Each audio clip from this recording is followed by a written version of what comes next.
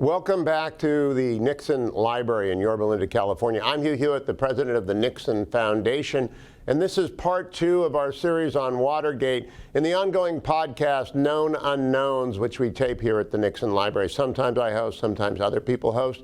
But today my guest is Geoff Shepard, a longtime lawyer on the White House staff with President Nixon. If you listen to episode 1 as we talked about Watergate, Geoff Shepard came out of Harvard Law School, went right down to Washington, D.C., became a White House fellow at an extraordinarily young age, and went to work first at Treasury, then in the White House. And when we left off with part 1 of our conversation about Watergate, I had said, and I had left as sort of the teaser, we'd get to the cabinet and John Mitchell next. Geoff, when we were talking in part 1 about Watergate, the roots of Watergate, yes, we were talking about a White House staff that had many power centers, many powerful people, many agendas, and a brilliant man at the middle of it, Richard Nixon. He also had a very unusual cabinet, and one of the central figures in that cabinet who would become a central figure in Watergate is John Mitchell. Tell us what you know about John Mitchell, what you think about John Mitchell, and what his role prior to his leaving the Department of Justice was. John Mitchell was highly respected by President Nixon. He was a law partner in Nixon Mudrow's law firm in New York when Nixon was there. He was head of the Nixon 1968 election campaign. Nixon had lost in 1960 and ran his own campaign. In 68, they convinced Nixon just give that over and let Mitchell run it. Mitchell was a bond lawyer, and he's very famous for inventing the moral obligation bond. In most municipalities and states, before the government can incur debt, dedicate future tax collections to a project, they need a vote of the people.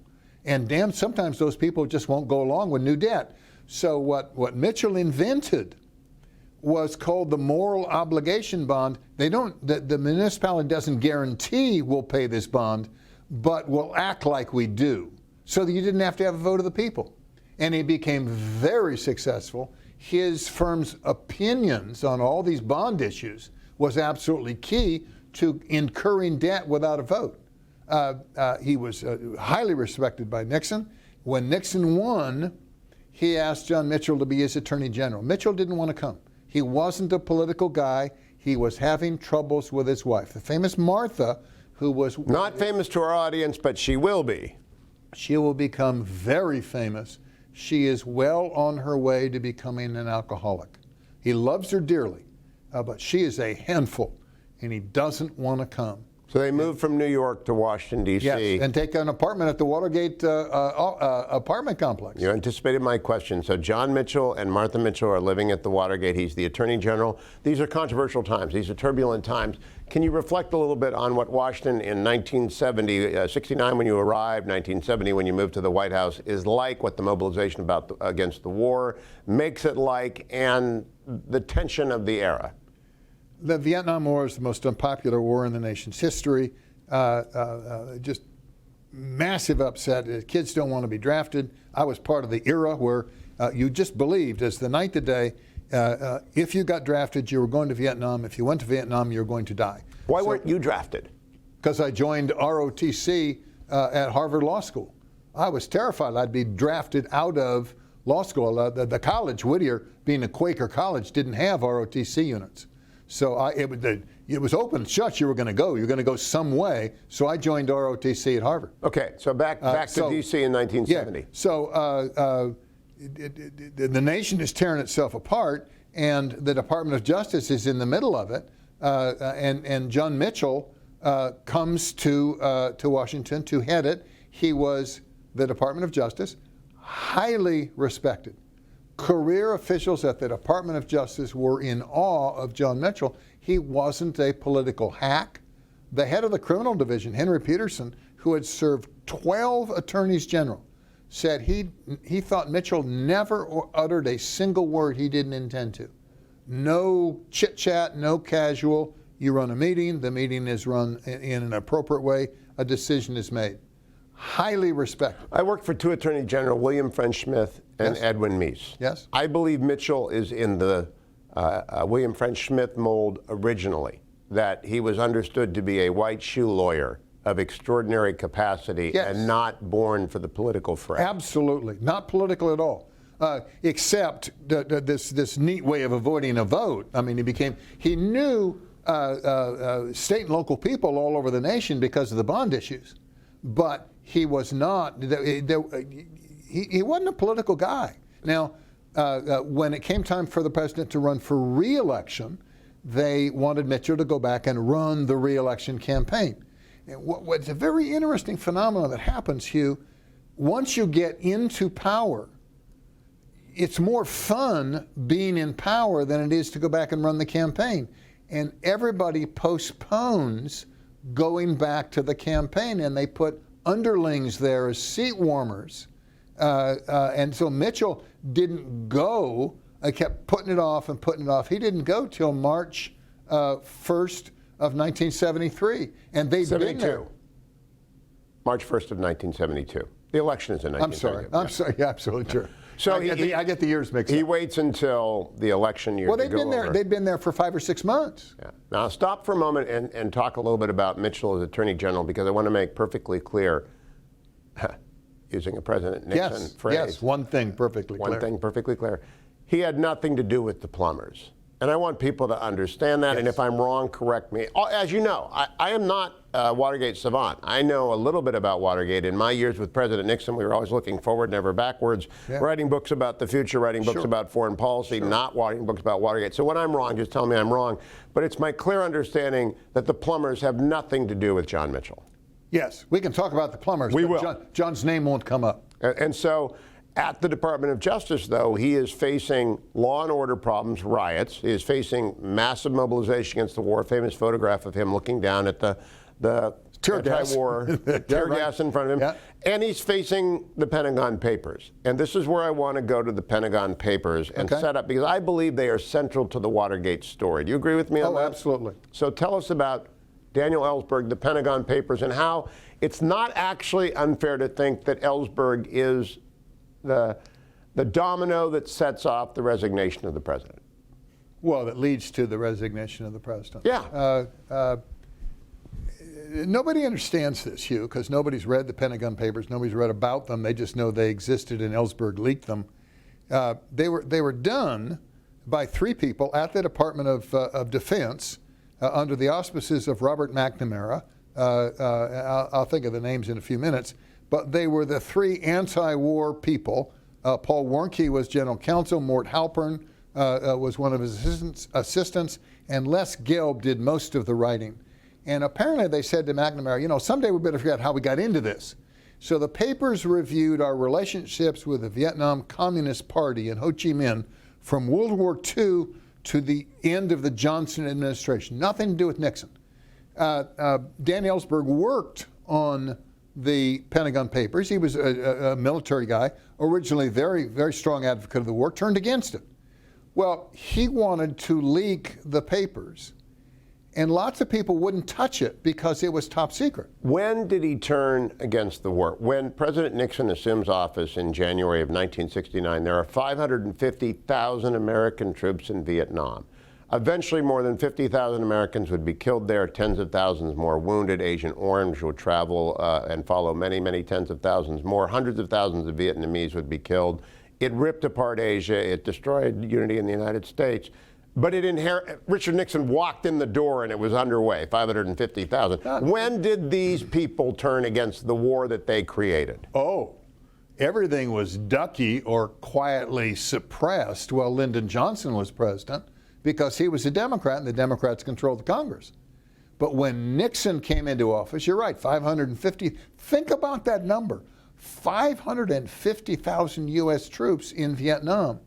Then they turned on Nixon because he was a Republican. They being? The whole Democratic establishment. And the national news media, which at that time was defined by 3 networks. Yes. And the New York Times, the Washington Post, and the Wall Street Journal. Is there anyone else? 2 weekly magazines. Time and Newsweek. That was it. U.S. News and World Report doesn't count? No, it didn't count. So we got 8. We got 8 outlets: 3 television networks, 3 newspapers, 2 weekly news magazines. Yes. Those 8 outlets had been supportive of the war? and turn against it? At least quiet on the war. This was a patriotic duty. We were stopping communism.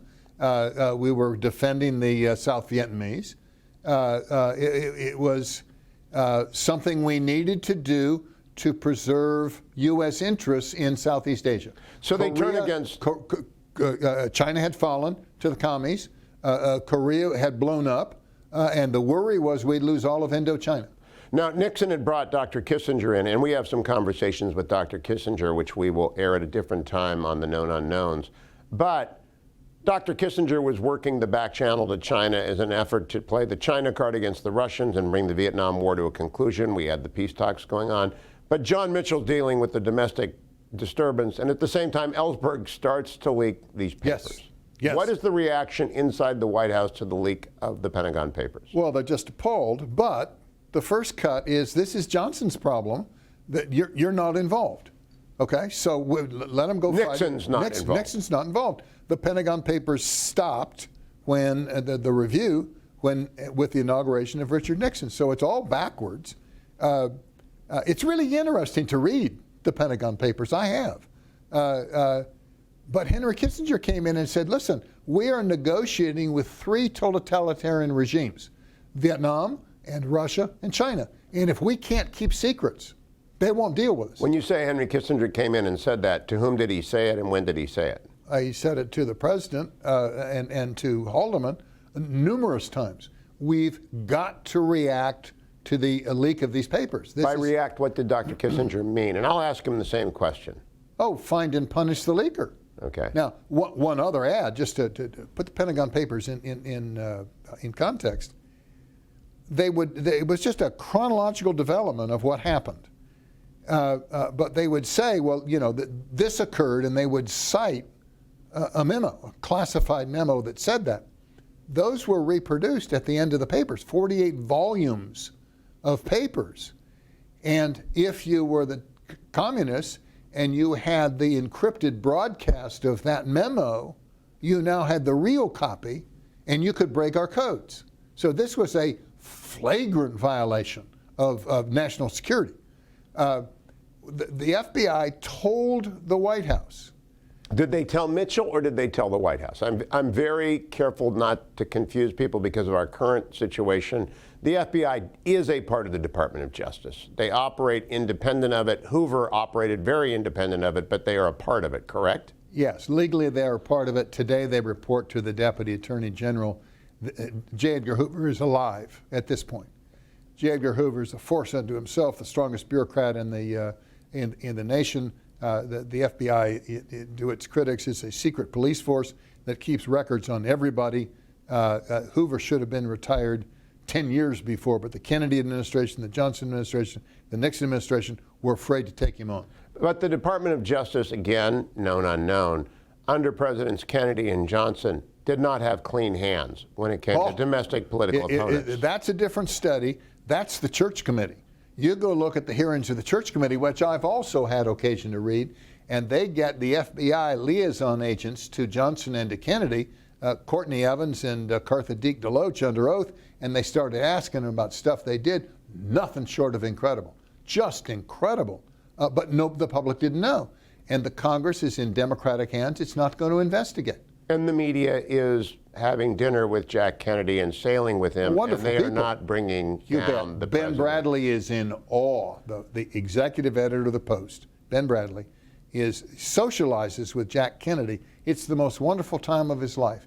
Kennedy can do no wrong, therefore his administration can do no wrong. His younger brother is the youngest attorney general in the nation's history, and that whole place becomes politicized because Bobby wants things done a certain way. So flash forward, Ellsberg turns, the media turns, Nixon is the target, John Mitchell is the defender, Hoover is the keeper of the guard, and the papers are out there.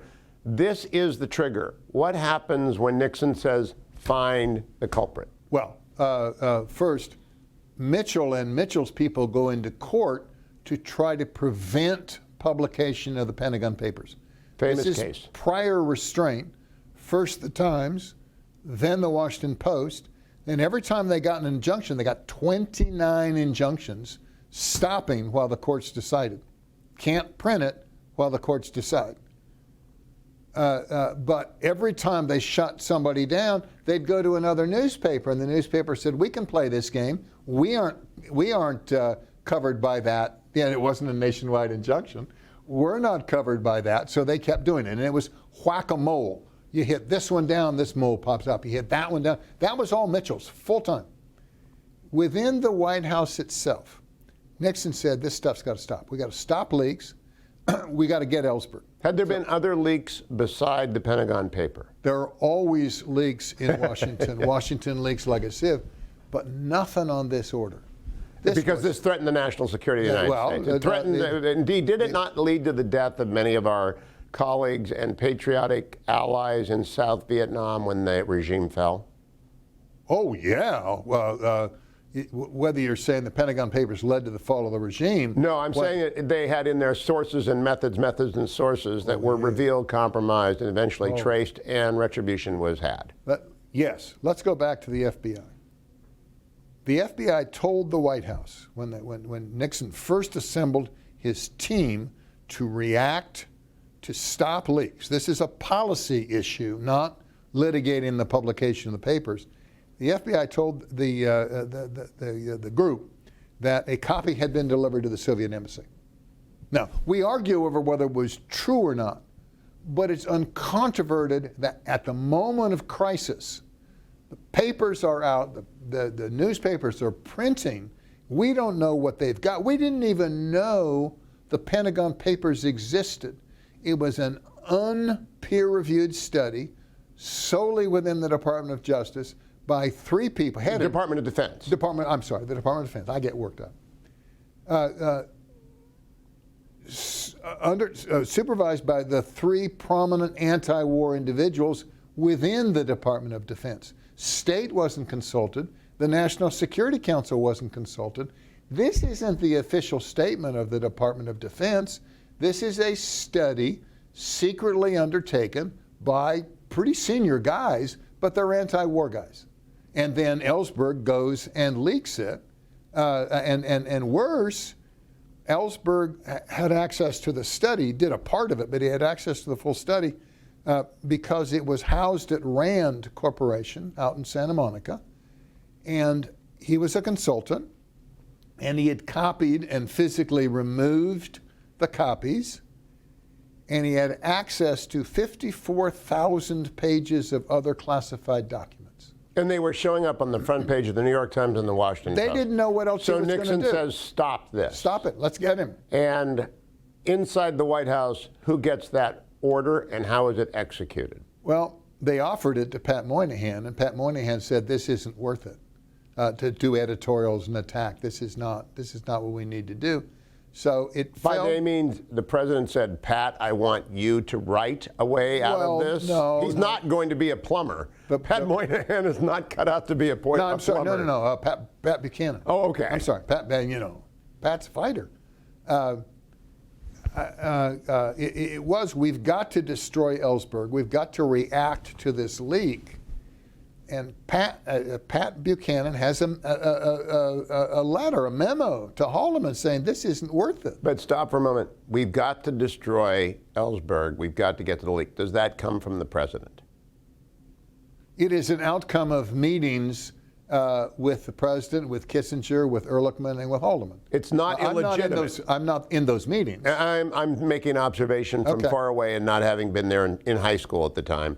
It is not illegitimate for the President of the United States to worry about national security leaks and to direct his top advisors to find where they are and to stop them. Absolutely, without question. And so the operational order to respond to them goes to Buchanan. Buchanan writes back and says, "It's not worth it. What happens next?" Well, they picked 2 other people. They picked Bud Krogh, who is one of Ehrlichman's top guys in charge of the law and order issue. Who recently died before, in fact, we are talking. Yes. Just last week. Within the last week or 2. Bud Krogh is co-plumber, and David Young, who is contributed by the National Security Council, is co-plumber. And David had been one of Henry's executive assistants to begin with, but he was responsible for declassification. Who picked them? I think Henry volunteered David and John volunteered Bud. Who named them?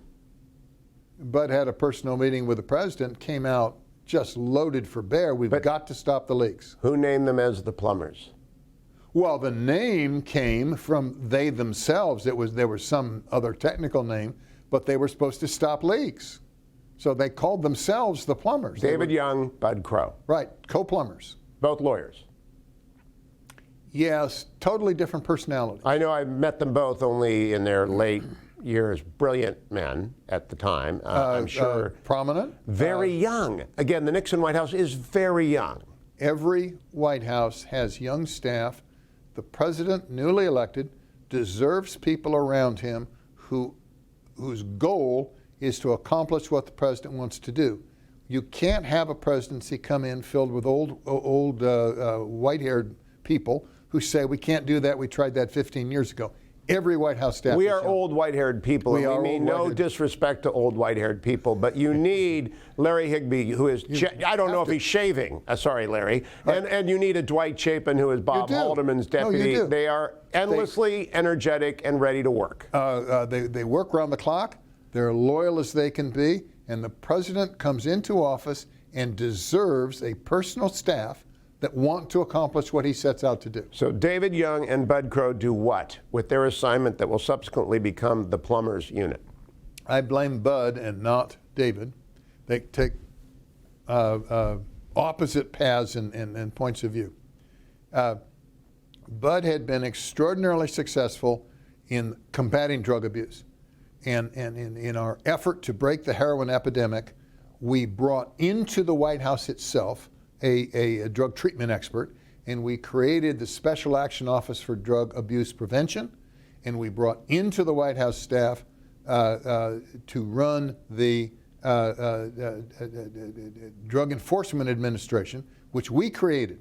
The former Commissioner of Customs, Miles Ambrose, and on the treatment side, Jerry Jaffe. This is all very nice, Jeff, but it's not Watergate. Well, I'm going to get you there. I know. And Bud felt, since he did it out of the White House themselves. They took an operation and they commanded it, and they were successful.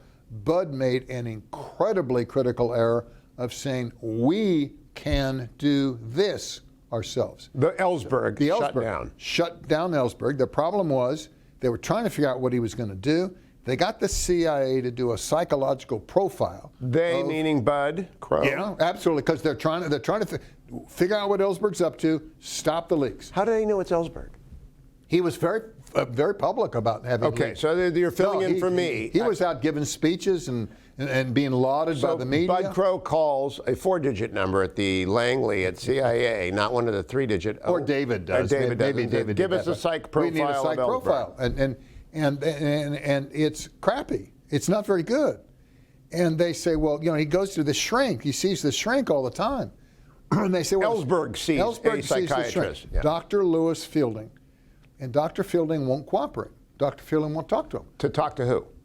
Talk to the FBI about his treatment of Daniel Ellsberg. Now pause, Jeff. You've left us behind because you said Bud Crow wanted to run it out of the White House. When does the FBI re-enter the picture? Well, they get together a couple of meetings in the Roosevelt Room, kitty-cornered from the Oval Office, and they have the Department of Defense. It's your fault this got leaked. And they have the FBI and they have the CIA, and they command their presence and their help on figuring out what Ellsberg's going to do, stopping the leaks, and to a lesser extent, starting declassification of overclassified documents. These are crucial meetings. Oh, without question. Is Hoover in them? No, Hoover doesn't come to meetings at the White House. He sends an top FBI agent. So, I don't know the guy's name. I don't know the dates of this. People who are interested can go look them up. But out of this comes the effort to break into Ellsberg's psychiatrist's office. The Pentagon Papers leak is June of '71. The Ellsberg break-in is September of '71. So in between, there's 3 months of meetings. What happened? Who decides we're going to break in? Why do they decide it? Who executes it? Is it effective? And what does it mean for the future of the presidency? I believe it's the second domino. It's just a disaster.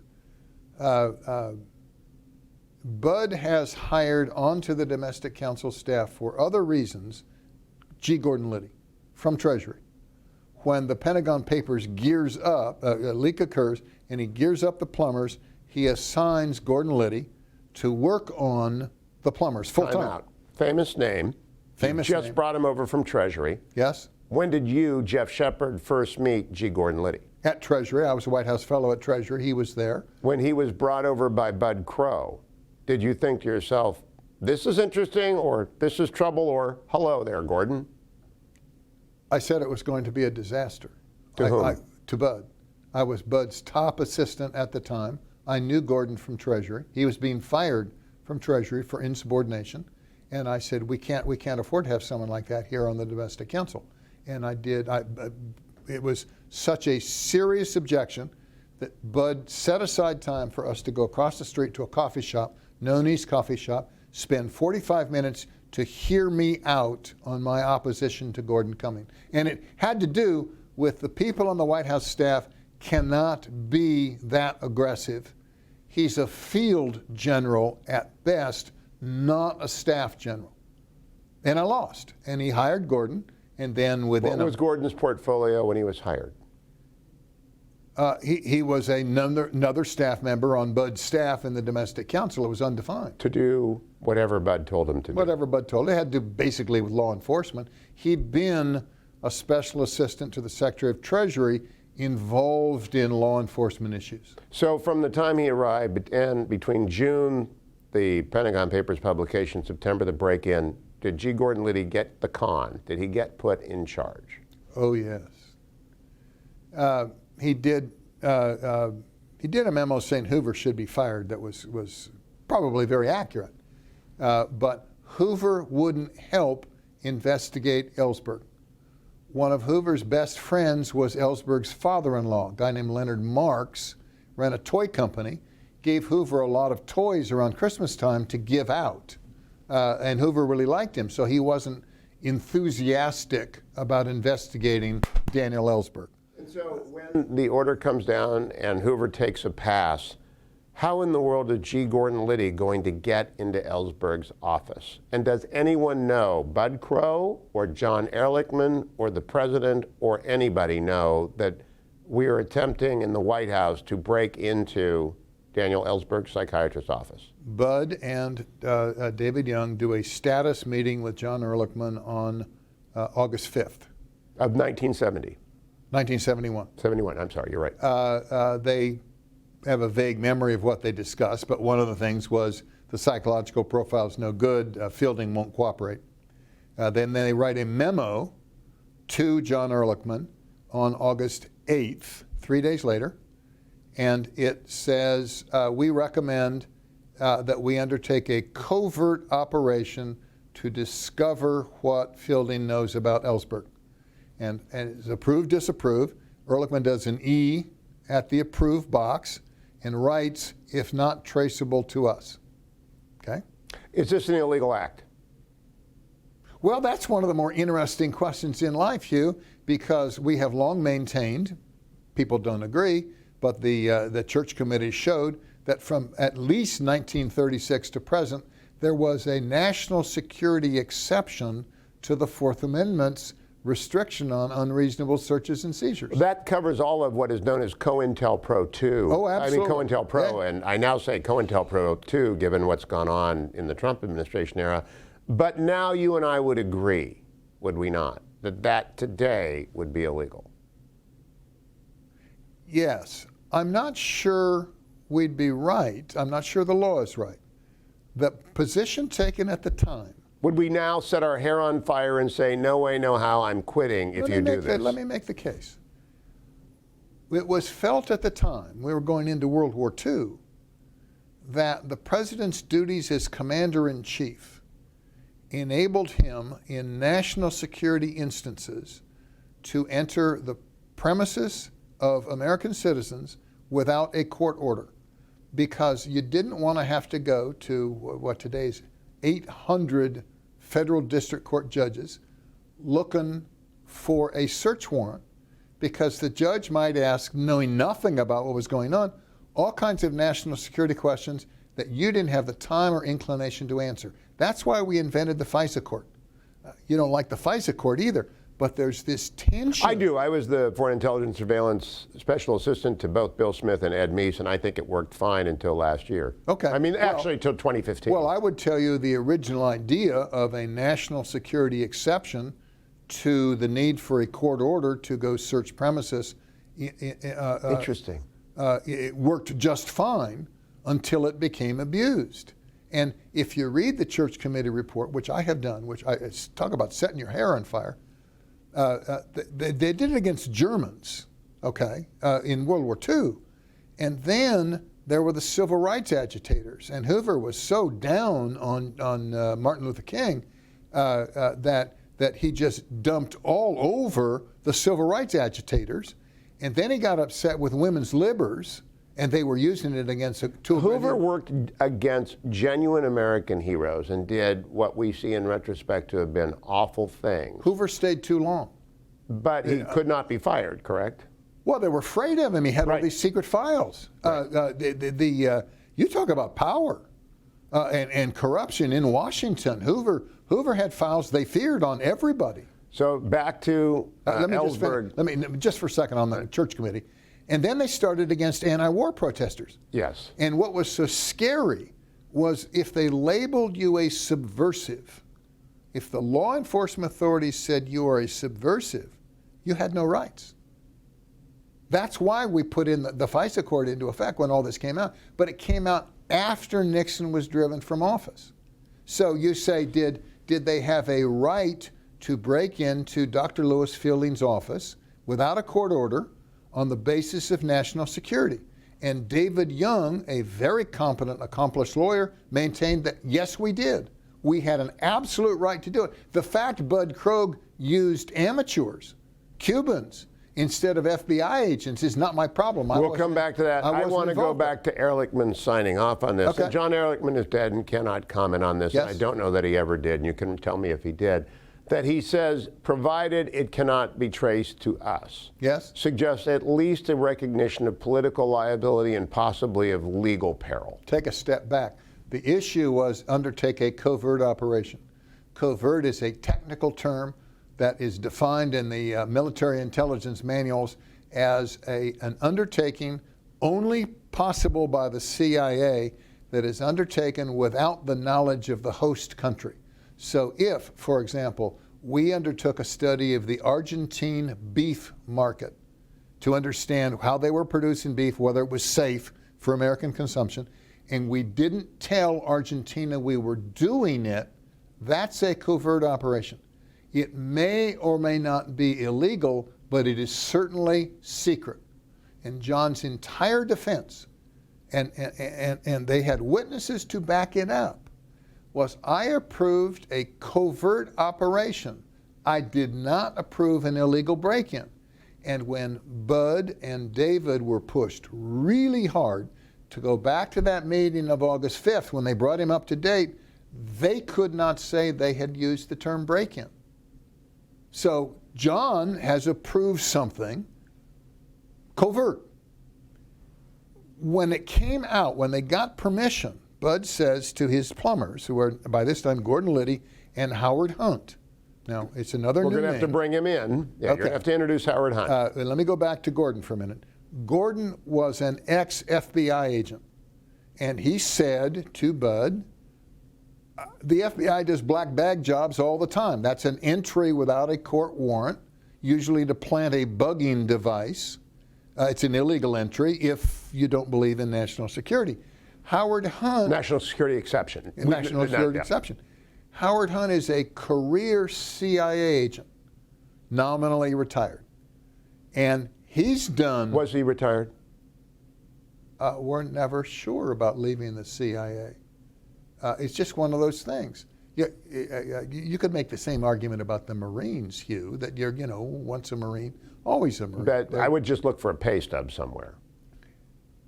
Well, you bring up these odd things. Just trying to make sure history understands the point of view from inside the White House. President Trump said we're going to declassify everything having to do with the Kennedy assassination. It's been too long. Big controversy. And they said, no, there's still sources and methods you can't reveal. All right, so back, let's not get too far. Gordon hires Howard Hunt. But and this is interesting. So one of the things they declassified was a review of Richard Helms, the head of the CIA, worried that the CIA had been paying Hunt under the table after he left because Hunt had written 45 detective novels under fake names that made the CIA out to be heroes. And they lied to this guy because the CIA doesn't get credit for what it does. It only gets blamed for its failures. And they were very worried that Helms was still paying Hunt. So was he, you want to see a pay stub? The CIA has no pay stubs. The CIA deals in cash. When we would go Did you ever meet Hunt? No, I never met Howard Hunt. Would you have recognized him if you bumped into him on the street? Not in the least. So when he entered and exited the White House, are there logs of his arriving and leaving?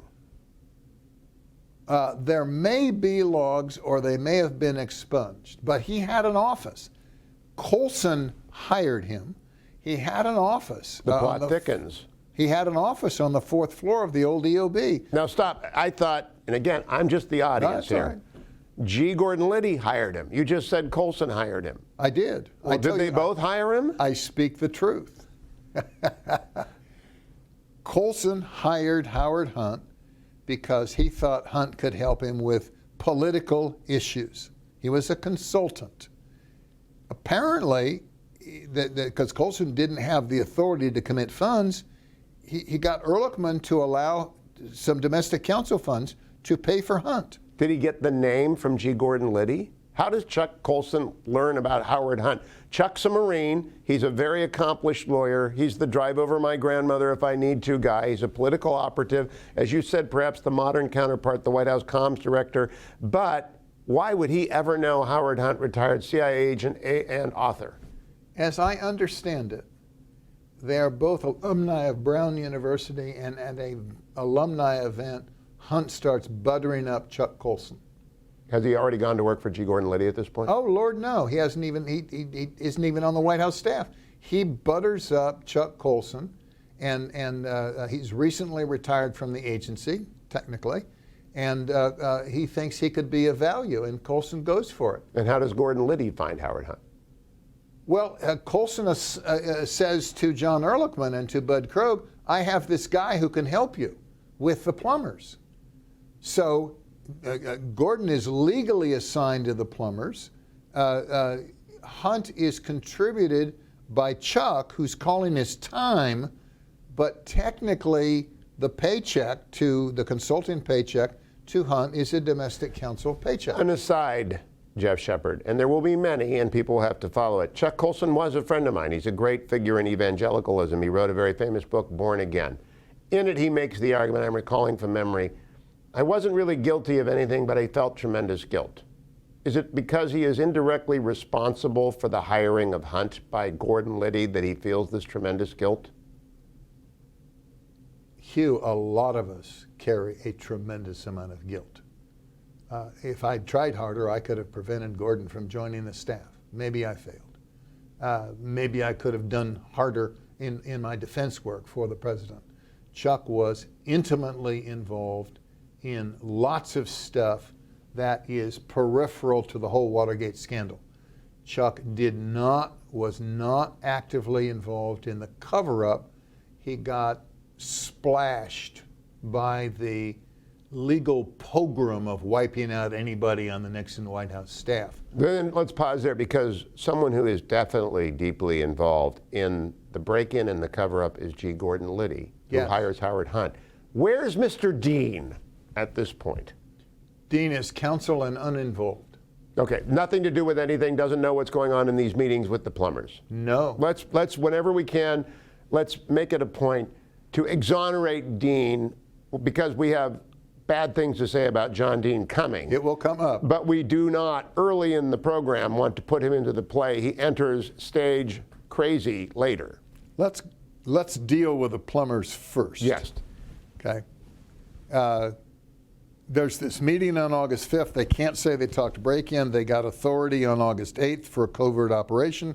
They came out and they said to Hunt and Liddy, we got permission, but you two guys can't do it. Okay? you can't do it.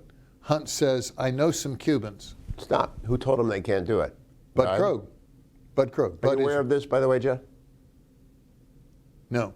Is anyone? I paused. Is No, anyone? Is Ehrlichman aware of? Let's get some Cubans to do it. No, that's what's so intriguing. The decision to get the Cubans comes after Ehrlichman has approved a covert operation. Bud says, you guys can't do it. We need space, you know. So Hunt, as a career CIA agent, is the infamous Eduardo who attracted and helped prepare the Cuban invasion that resulted in the Bay of Pigs under Jack Kennedy. We have 3 minutes to the end of this segment. Hunt hires Eduardo how? Hunt is Eduardo. Oh. Hunt is Eduardo. And the Cubans love him. So Hunt goes down to the Cubans in Miami and says, I need some help. Stop. I always wonder at this point, is he like wearing a Panama hat and a flowered shirt? Where does he go to recruit Cubans to break into Daniel Ellsberg's office? It's not like there's an office. Well, they're all over Miami. They're the underground. The Cuban underground is all, I mean, they outnumber everybody else in Miami. They're huge patriots, and they hate Fidel Castro. So, but how does Howard Hunt find guys to go break in? Because there must be a club of Bay of Pigs survivors. Is it ever documented what he did with whom and how he got these individuals? I'm sure it's documented in the trial, special prosecution files. I didn't care. He goes down and he tells them that this is really associated with Fidel and Cuba. We think that there's money being involved from Cuba supporting McGovern. Or he tells them some tale, okay, that convinces the Cubans. I refer to them as the hapless Cubans, patriots.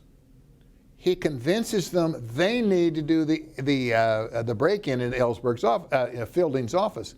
Dr. Lewis Fielding is a Beverly Hills-based shrink, and they're going to break in to try to find his file on Daniel Ellsberg. How do they pay for all of this?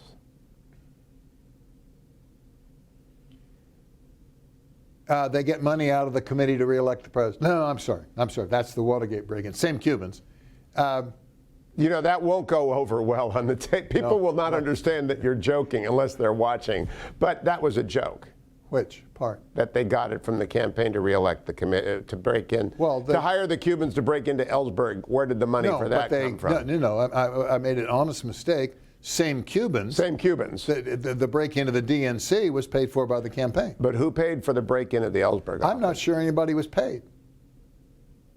Interesting. I'm just not sure. I don't know. So they go and they do it. 3 minutes to the break. They go and they go. Well, first, Liddy and Hunt go out to reconnoiter to size it all up, and they take a camera, and there's a picture of Liddy with Dr. Fielding's parking space, and they take a picture of the hallway and stuff like that, and then they send the camera over to the CIA for the film to be developed, and the CIA says, we don't want anything further to do with this. We don't know what you people are up to, but we want miles away from this. They try to recruit a waitress in a bar to help them, and she says, look, if you get caught, you guys will flip on me. I don't want anything to do with you. And Gordon says, we'd never flip on you. I'm the toughest guy in the world. Let me show you how tough I am. Holds his hand over a candle till his hand catches on fire. Okay? Comes back on Monday morning, he walks into the office, his hand's all bent. Hey, Gordon, what happened to your hand? Oh, the dumbest thing in the world, Jeff. I was looking at a pretty girl, and I was lighting my pipe, and I was tamping it with a book of matches that caught on fire. Isn't that crazy? It was the candle trick. Liddy showing how tough he is to some barmaid while they're reconnoitering this break-in. You know, this is nuts. Open and shut.